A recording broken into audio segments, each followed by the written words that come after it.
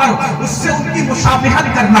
اسی طرح جب پیدائش کے موقع پر بتیاں پھونکنا, کیک کاٹنا, ان کیک کو ایک دوسرے کے منہ پہ ملنا.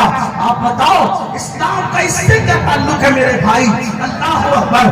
آپ مجھے بتاؤ پھٹی ہوئی پینٹیں پہن کر اپنے سکر کو بے نقاب کرتے ہو, اپنے سکر کی نمائش کرتے ہو, یہ کس کا طریقہ ہے؟ اور گھٹنے کے اوپر برموڈا پہن کر جوان بیٹیوں کے سامنے گھومتے ہو, جوان بہنوں کے سامنے گھومتے ہو. بتاؤ یہ کس کا طریقہ ہے؟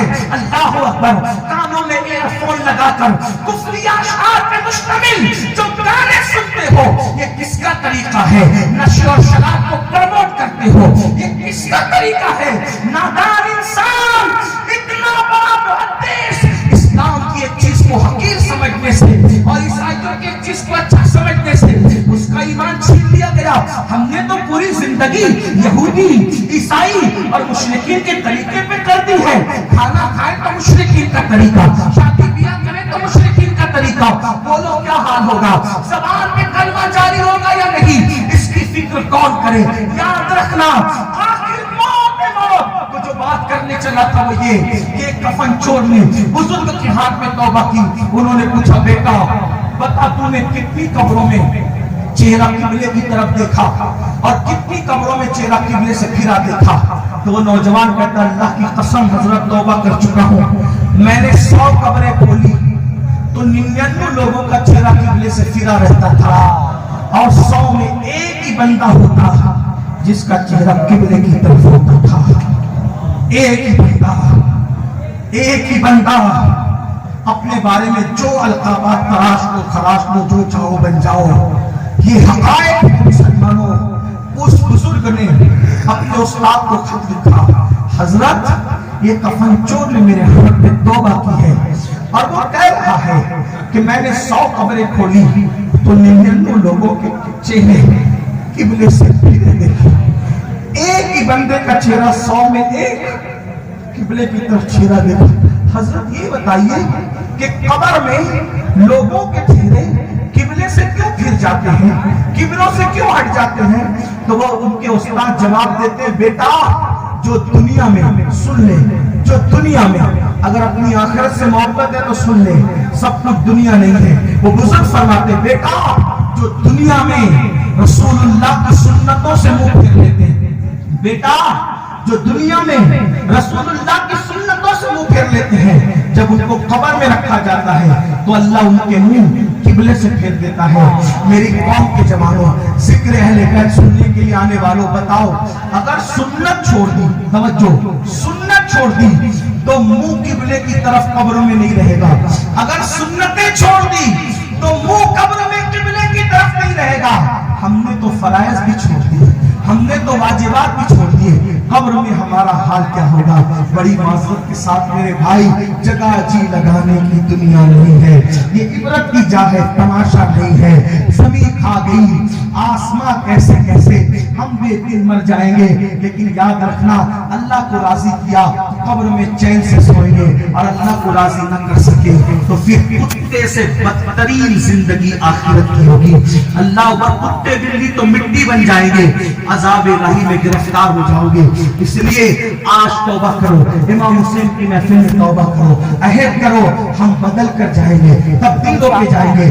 دنیا کی تیاری بھی کریں گے لیکن قبر کو بھی بہتر بنانے کی کوشش کریں گے, آخرت کو بھی بہتر بنانے کی کوشش کریں گے. اور یاد رکھنا جب تک نماز پڑھ کے حضور کی آنکھوں کو ٹھنڈا نہیں کرتے, اپنی قبر میں بھی ٹھنڈک نہیں ہوگی. جب تک کہ سجدہ کر کے مسجدوں کو رونق نہیں بخشتے, اس وقت تک ہماری قبریں بھی روشن نہیں ہوگی. قبروں میں اندھیرا ہوگا, تاریکی ہوگی, کوئی کہانی نہیں, کوئی قصہ نہیں, یہ حقائق ہے. اس لیے آج بدل جاؤ, پتہ نہیں کل اپنا نام زندوں میں رہے گا یا مردوں میں رہے گا.